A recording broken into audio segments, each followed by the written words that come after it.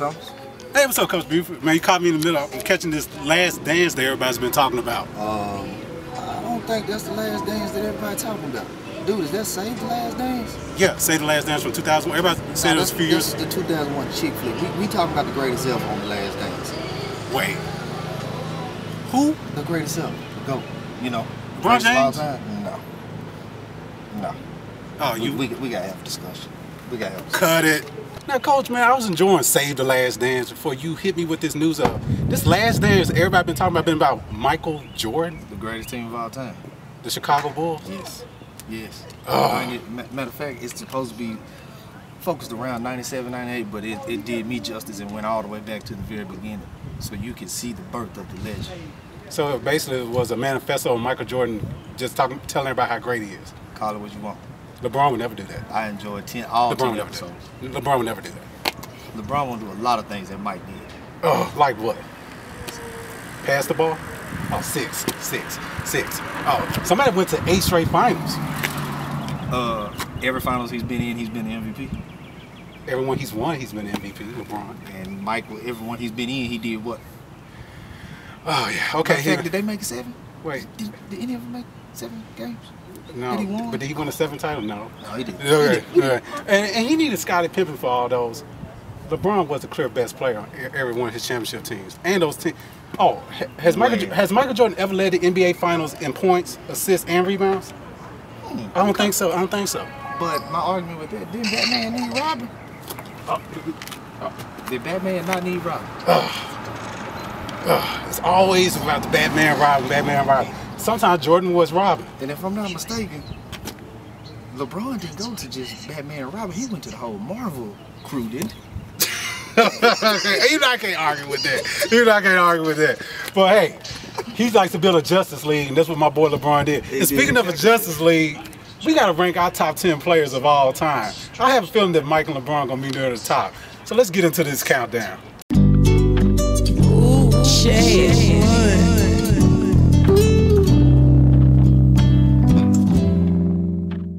Hi, it's Thomas Sellers Jr. back with another bestsellers list.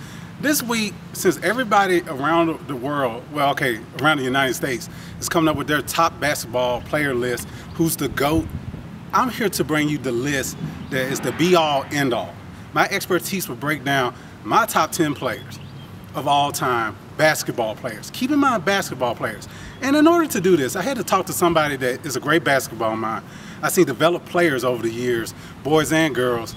And another key caveat, he's around my age. So I'm very interested to find out his opinion. That's Coach Nick Buford, head coach of the Millington Lady Trojans. So he's about to join me. We're going to break down my top 10, and then he's going to give a top 10 because he thinks he might know a little something too. And then we're going to have a little fun with this countdown. So sit back and enjoy and get ready for the top 10 basketball players of all time. Giselle. Well, we're getting ready to start the countdown with number 10, and Coach Buford, I appreciate you coming in, bro, to help me with this countdown. And you have no idea who's in my top 10. Not at all. So at number 10, we're going to start off with Isiah Thomas. 2 NBA championships, and he won the 1981 college championship with Indiana and was the MVP of that tournament. What do you think about my pick at number 10, Isiah Thomas? I like it. I really do. Isiah, that's one of the top 5 point guards of all time in my book. Honestly, probably top 2. I argue that he's the best point guard ever. I think if he played in this era, everybody compares Steph Curry to him. I think he could hit the outside shot if he needed to. He could, and the thing is, with me, my personal opinion, he would defend Steph. Yes. In a more physical way than the era that's being played today. Well, he did lead the basketball Pistons, so I love him because he's a 6'1" leader. He might be the greatest short basketball player. Everybody want to throw Iverson into that conversation as well, but Isiah Thomas was your leader. Isiah Thomas was the focal point at 6'1", and he was a wizard with the ball. Exactly. Okay, so no argument on my number 10 pick, Isiah Thomas. Not at all. Okay, so we're gonna move on to the next one. Giselle. Okay, we're back, and number 9, Coach. He's still in the NBA playing right now. Kevin Durant.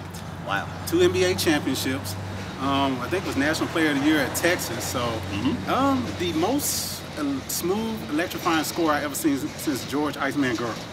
but he can do a little bit better than him. He don't have that finger roll. But the brother can score the ball anywhere, anytime. I can't disagree with that at all because he is a total mismatch at all positions. He's like a 7-foot ball handling center that can shoot and dribble and score. To me, that's why Europeans adapt over here so well, because they have a skill set like him. Yes. He can dribble, pass, and shoot, and he's 7 foot. That we have to mention Dirk Nowitzki. He didn't make my top 10, but the greatest European player ever. We can say that. And Kevin Durant puts you in mind of him, but with more aggression, that American aggression, attacking. Exactly. We got some highlights of him dunking on people that will last the age of time. And so Kevin Durant, now a lot of people thought it was a punk move that he went to Golden State and put them on cheat mode to win the titles, but that was a business decision. It was, and also you got to go into era. Look at the era that this guy came up playing in their AAU era. You looking at a kid that comes from an era where a city will have their top 10 kids in the city on one AAU team. Yes. Therefore, you're forming bonds, you're forming friendships, you're forming all of this close-knit stuff that will lead to the floor. So to me, maybe they had past relationships, dealings with each other and things, so I can't judge another man's move and call it a punk move. Yeah, would I have made that move? I was raised a little different. Yeah. Different era, like you said. I watched it's not the Barkley, Jordan, Ewing era where you stuck with your team, Reggie Miller era. Exactly. We come together as a high school coach. You see the AAU scene, you know it. Okay. See it. So Kevin Durant, he made a business decision. And hey, the Hampton meeting paid out with 2 championships. Well, we're going to get ready to move on to my number 8. Giselle. Okay, at number 8, things about to get a little magical. Okay. I just gave it away, Magic Johnson. 5 NBA championships in that run in the 80s. The point guard extraordinaire revolutionized that position. Inspired our guys like Penny Hardaway, LeBron James, that, hey, I could be 6'9" and run the show. Yes. And the wizardry with the ball. Yes. You know, we did at Michigan State, winning the national title, beating the Larry Bird-led team. But on that pushes Magic back on my list a little bit. He wasn't that athletic. Right. But his basketball mind on that court, a savant. Extreme IQ. Extreme IQ. And again, we're going back to someone who can do a lot to be that big. It's not a traditional point guard. To me, that's what makes this a great conversation, is because we're talking about top 10 basketball players. Yes. You understand? So that I like it. I like that pick. I'll tell you this. I'll let you on secret. Yes. He's on my list. Okay. Now, is that the first person that got this one be on your list? No. Oh, okay. We won't get too far ahead. So that's coming up with a couple picks. But that's at number 8, Magic Johnson. Giselle. Okay, at number 7, I'm gonna try to do my best impersonation, going back to the Forum and Staples Center. Kobe Bryant. Kobe Bean Bryant. This is not because he passed away. Anybody that knows me knows I am a Kobe hater. 7. So full confession, I'm a Kobe hater, but 5 championships, 81 points in a game. But he was a great number 2, so that kind of pushes him back a little bit. Shaq Diesel was a clear number 1. And then he had to have some big boys to help him with Gasol and Biden. But he was a leader. He developed himself into the mindset of being a ferocious leader. And he was the closest thing we got to a Michael Jordan. Thank you. So those are things that argue in his plus, but also can argue against him because he's being a carbon copy of somebody else. Right. But I love this game, and I always say the greatest baseline dunker ever. If Kobe came off the baseline, you're about to be on the post and the highlight and be embarrassed. And I loved one. Go to YouTube and watch this video here. T-Mac shook him, baked him, hit a fadeaway on him. Kobe was mad. Kobe came down the court, attacked the rim, and slapped the NBA logo, let him know I run this league. This my league. Yeah. So all the Kobe hate I got, I still got Kobe appreciation. I made a brother rest in peace. Right. But you know, even after his career, he attacked his personal life, business life with that same promotion to be the best. Right. Well, I can't argue with it. The only argument I would have, is the fact that to me, on my list, I may be spilling the beans, as they say, but he's gonna be a little higher on my list. Okay. And I'll be honest, I was not the Kobe fan growing up because, let's be real, I was riding right here. I see you got it on. You was kind of giving away who you might be rolling with. I was riding right here, so to me, it was like, you the little brother. I gotta stick with Big Bro right now. Big Bro said it at the eulogy. He said I had to stick with Big Bro, but Kobe will be on my list, and that's a great pick. Okay, well, that's at number 7, Kobe. Giselle. Number 6, Wake Me Up, because I'm dreaming, with Akeem the Dream Olajuwon. This is the only center that I seen bake Jordan. He took him baseline and shook him and got past him. What he did to Shaq in '95, Shaq don't want to relive that. What he did in '94 to my boy Pat Ewing. I grew up a Knicks fan. Man, he's the best player on the floor. David Robinson, you took my MVP award. I'm about to embarrass you. And we all seen the dream shake where he shook him twice just to be low down. Just to be low down. That was me. And he could do that. He had, and just keep in mind, he came from Nigeria, soccer player. Thank you. Used that footwork. Thank you. And brought it upper body work. Thank you. And now he's the post guru that LeBron went to. Everybody go to when they need a post game. Kobe went to train with Hakeem. Yes. To work on footwork.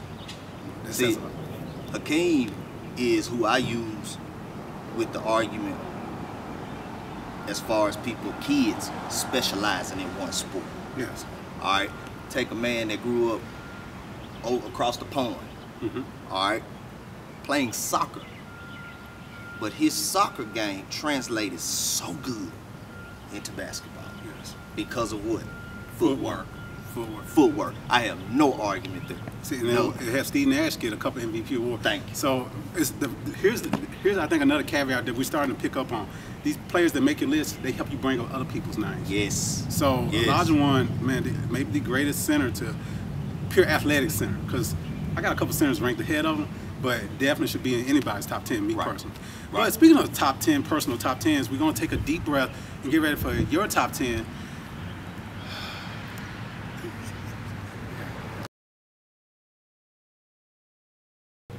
Now that we've made it to the midpoint of Sellers' top picks, you know what? Scratch that. Let's get to Nick's picks. Oh, okay.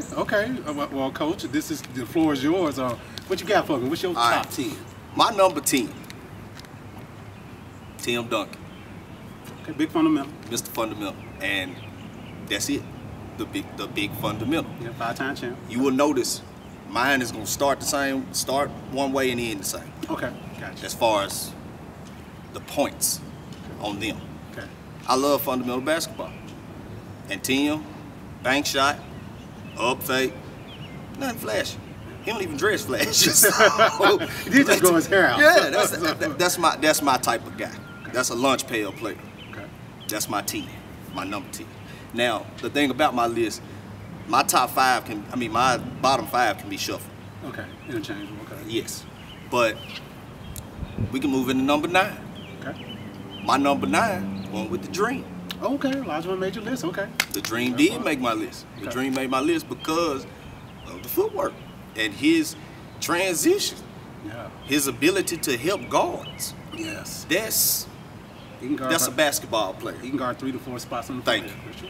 That's a basketball player. Number 8. Yeah. Number 8. I'm gonna surprise you a little bit. Okay. I'm leaning in for this one. My man, I hate to do it to you, but I got to go Shaq Diesel. Oh, the Diesel made the list. Okay. The Diesel did make the list. Very dominant force. Very dominant force. I mean, the only reason he's not up a little higher is because of the only Achilles heel he has. Free throws. Free throws. Okay. That's the only reason. That's the only reason he's not up a little higher. He could bring the ball. All-Star game, he would bring the ball. He would bring it up a little bit, right? You don't want a 7'1", 400-pound man doing that too often, but yeah, he did his You talking about a man who changed some stuff. The reason why they got these rules in the way they got it now. He changed some stuff. Okay. That's my number 7. Okay. No, that's your number 8. Number 8. I'm sorry. Number 7. Who's number 7? My number 7 may shock you a little bit here, but I'm going Kareem Abdul-Jabbar. I'm shocked it's that high, but I'm not shocked he's on your list. But okay, so I'm going with all-time leading scorer in NBA history. Thank you. Okay. Need I say more? In the words of the kids nowadays, say less. Oh, you know what? Drop the mic. Okay. Drop mic drop. Okay. It's my 7. Okay, who's number 6? All right, my number 6. I'm going with my man Magic. Okay. Magic. I gotta go with Magic. Transcendent point guard. Like I said, he changed the league also. Then this point forward thing was just blown out of the bag with him. Yes. You had guys come before him that were big and could handle it, but I mean the flash, the passes like this. I mean, hey, he took Pete Maravich's game, yes. Bob Cous's game, and elevated it, and then he scared the crap out of people like Maurice Cheeks and Dennis Johnson. They're like, I gotta guard this. I gotta go. This big old dude. Come on, man. Yes, yes. I can see that. That's my number 6. But now we into your top 5. So this is if you had an all-time team to put out there on the floor. Who you rolling with? You said they're interchangeable, but you give them the numbers for this exercise here today with Nick's picks. Who's number 5? My number 5. Give me Bill Russell. Whoa, he's going champion. He's going winning. 11 championships. This man, he has enough to put on everything and give you one. Thank you. Okay. Say less. Okay. All right, that's my 5. Okay. My 4 with this list. You gotta go Wilt. Ooh, okay. You gotta go with Wilt because his greatest rival. Yeah, exactly. These dudes, they're the only ones in the league who could guard each other. Yes. At that time in their era. So I feel he has to be on that list. Okay. You know, Wilt to steal. You might be hearing a little bit more about him later. Understood. Okay. And let's be real. Who scored 100 points in the game? Only one man in an NBA game. Will Chamberlain. Okay. So My top 3. I think it's pretty obvious who gonna be on there.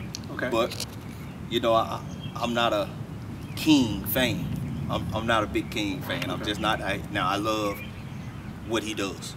Yes. Everything that he does for his community, for the world, like his impact. Yes. So impact alone will get him at my 3. Okay. LeBron. Okay. Impact alone, but his game, he's one of the best facilitators out. Yes. You know, my only thing with the LeBron and Mike argument that I don't like is because LeBron, that's apples to oranges. I would agree with you. That's apples to oranges. If anybody watched this Last Dance these last few weeks, I'm gonna ask you. Yes. Who would you compare LeBron to on that Jordan's team the most? Pimple, by far. Thank you. By far. By far. Skill set, ability, and mindset. He plays defense. He passes. He rebounds. He's a facilitator. Yes. To me, he's Scottie Pippen 2.0. Yes. And or not Magic, Michael Jordan 2.0. Yeah. Or Magic Johnson. Or Magic Johnson. And Hardaway, who he said was his role model. Thank you. Okay, so your top 2. So if LeBron's not top 2, this number 2 pick, I think I know who number 1 is looking across your shirt. But who's number 2? I'm gonna be honest with you. I was torn with this whole list, but I gotta go with Kobe. Wow. Bean has to be my 2. Jordan 2.0. Okay. Exactly. Jordan Jr. So, okay. Exactly. Why does he have to be your number 2? Because without number 1, there'd be no number 2. So you see them 2. They are carbon copies. Okay. That's just like me saying, okay, well, obviously my number 2 is Kobe. And I'll go ahead and let the cat out the bag. We know who number 1 is. Right, that's right there. That's Jordan. That's right But there. me saying that Jordan's the greatest ever, in that same statement, you got to turn around and say, because of the Detroit Pistons. I've always said this. I read his book, man, when I was in like 7th or 8th grade, and he talked about his... Come fly with me? Yes. We are the same age. Yes. He talked about his workout regimen. He talked about the same stuff that he said in The Last Dance about how they beat him down. He said that in his book. Yeah. So to me, you got to mention Kobe. Because Kobe took that same regimen, the same workout routine, different ways with the chains attached to it. He used the same trainer. The same guy that Mike used after the Pistons beat him down, Kobe used that same guy. Wow. Well, Coach Beaver, your top 10 has a lot of symmetry. And it's a great list.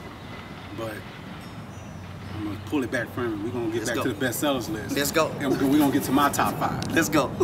Giselle. So we're back with the bestsellers list, Coach.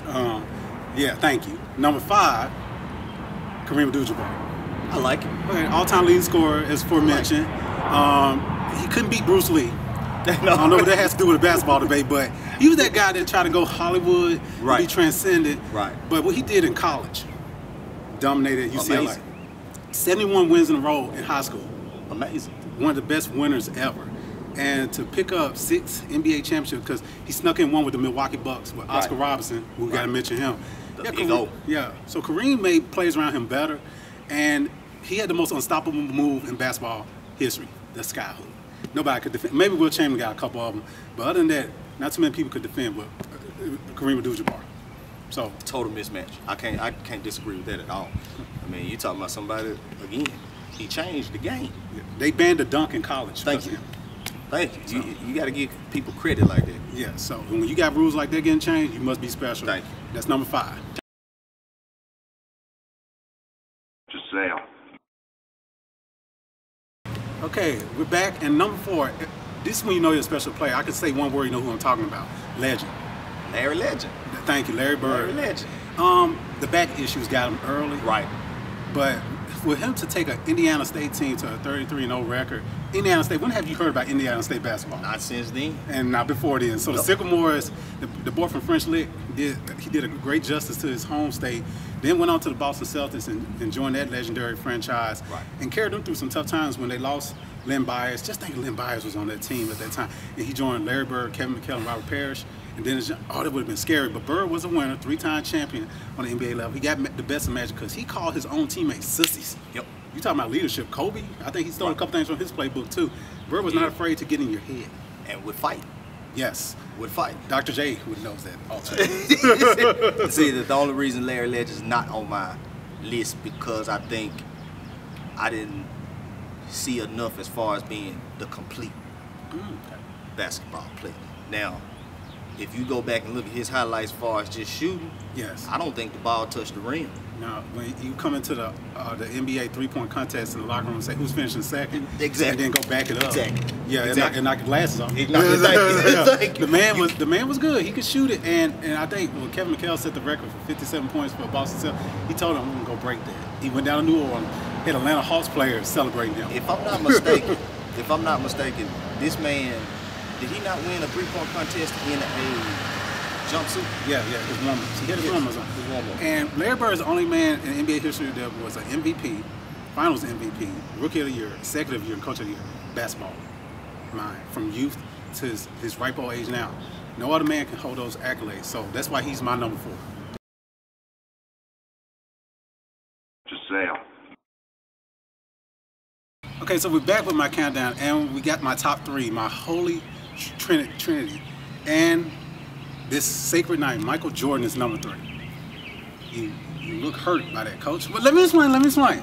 Okay, Michael Jordan is the greatest NBA player ever. I cannot argue that. But my countdown is the greatest basketball player ever. Right. Mike could guard the 2, the 3, and the 4. But I wouldn't put him up against a 5 or 1. But I bet if he had to, he would. In the NBA rules, 6-0 in the finals, never went to a game 7. The Jordan rules went from beating him up to the Jordan rules. He ran the league. By far, in the NBA game, he was great. But what kind of exposed him to me was that Dream Team in '92. Although he was great in the practices and pushed everybody, Charles Barkley was the leading scorer and gravitated to that international game. I guarantee you, Jordan had a 40-game schedule, he would have taken over that. Right. So he needs time sometimes. And Dean Smith had a great coach. The only person they said could hold Jordan under 20 was Dean Smith. He had that two-list hit. He had the moxie that nobody ever had. Hit that game-winning shot as a freshman. I respect all that. But when it comes to greatest basketball player ever, I see a couple limitations that put him at my number 3 spot. Understood. I totally understand that because, again, it goes to era. Yeah.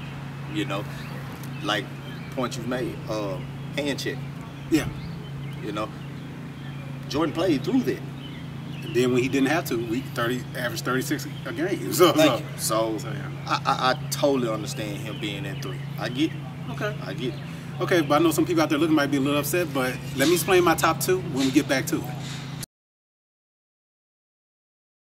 Giselle.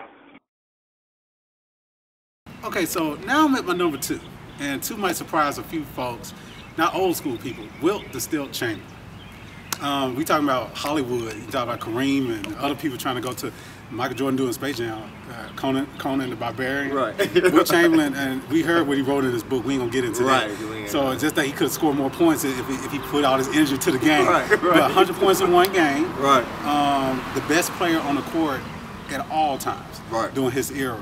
what he did with Philadelphia and then Los Angeles, but he only won a couple titles, so that kind of hurts his legacy a little bit. Yep. Bill Russell had a lot to do with that, but the man was just like, they wrote rules in the NBA to stop him.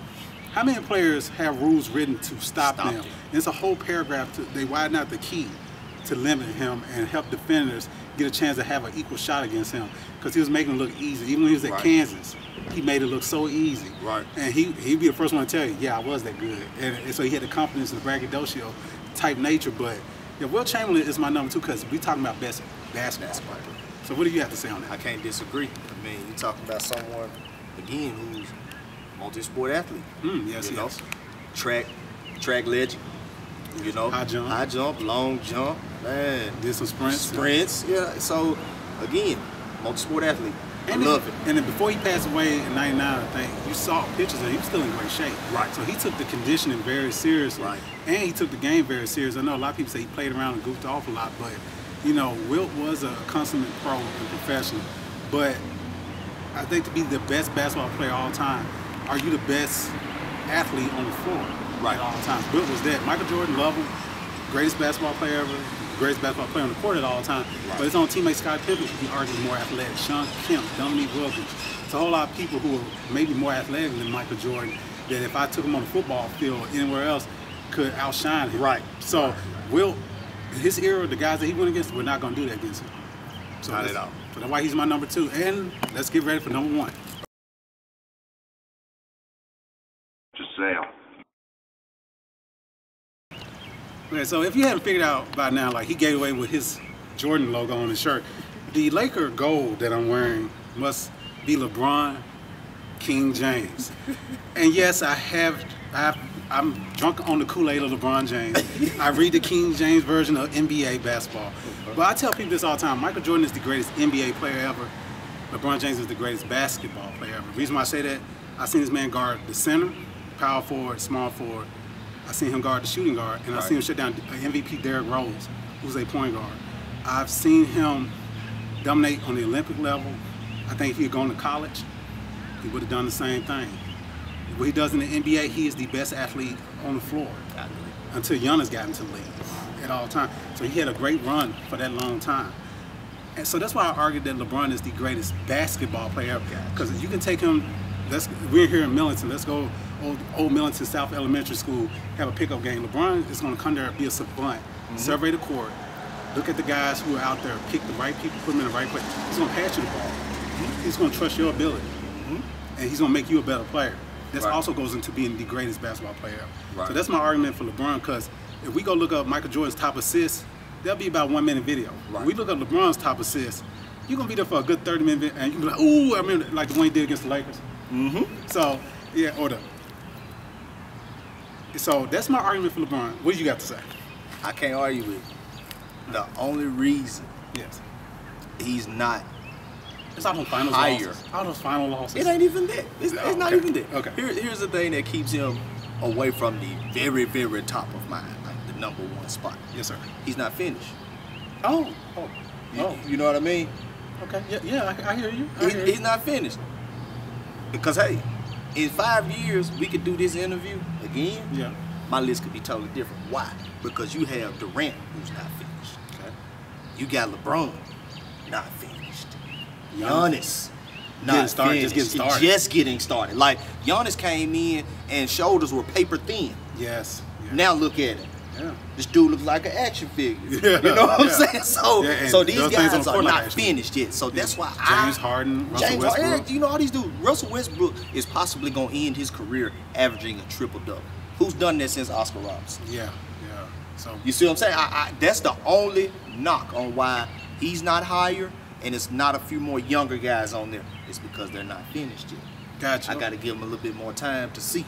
Well, I guess since I know we're old enough to remember '96 when the Cleveland 50-year anniversary in the NBA, and they had that team and some current players on there. That's why we were so quick in the rush to put people who are still playing on the list. And next year the NBA turns 75. I'm sure they're going to do another list. Right. Top 75 players. Some of the names we just mentioned, and the ones that we talking about who are still playing, I think they might be wearing nice little jackets, being honored and recognized. But we can't forget the George Mikens of the world, the Bob Pettits of the world. Earl the Pearls, and all those guys. Walt Clafford, those guys who who's synonymous with being great NBA players that got this league to where it is. But we all know a person like Earl Manigault, that guy who's that playground legend, that local legend from Tipton County to Shelby County. That's what this list is for those guys who we see do amazing things on the playground court, but maybe a couple bad breaks, the reason why they didn't make it to the league. Because basketball is a game that's universal. All you need is the ball in you. You don't even need another person to play against. You just need the ball in you. And you're playing. And I know as a basketball coach, and you're going to give it your Lady Trojans, you're going to explain the fundamentals and all those things. But I know the one thing you want them to have is that love of the game. I want to give you the final word. What do you want to say to players out there, especially your own, about the love of the game? Find it. Find it. If you could just reach deep in your soul and find out within yourself, do you really want to do this? Once you come to that conclusion, if this is what you want to do, you got to eat it, you got to sleep it, you got to read it. This sport can lead to other things as far as improving your way of life. It can make that path a little bit easier, but you're gonna have to put work in. That's the thing I wanna say. I wanna put emphasis on is you gotta work. Everyone who I've coached who's went on to do something special, they all had that same complex that the Mikes, the Kobe's, the LeBrons have. And see, people knock on LeBron because they say he don't have that complex of being just, I gotta work, I'm a dog. He does. He does. He's just passive. Yeah. But all the greats that I've been blessed enough to be around, they all work. So especially to my group, work. Even throughout COVID, you can get in the front yard, push-ups, sit-ups, shoot the ball just laying on your back. Work with the left. Work with your left hand. You can do so many different things. Right now, to be honest with you, me and a coaching friend of mine were having a conversation 2 or 3 days ago on the phone.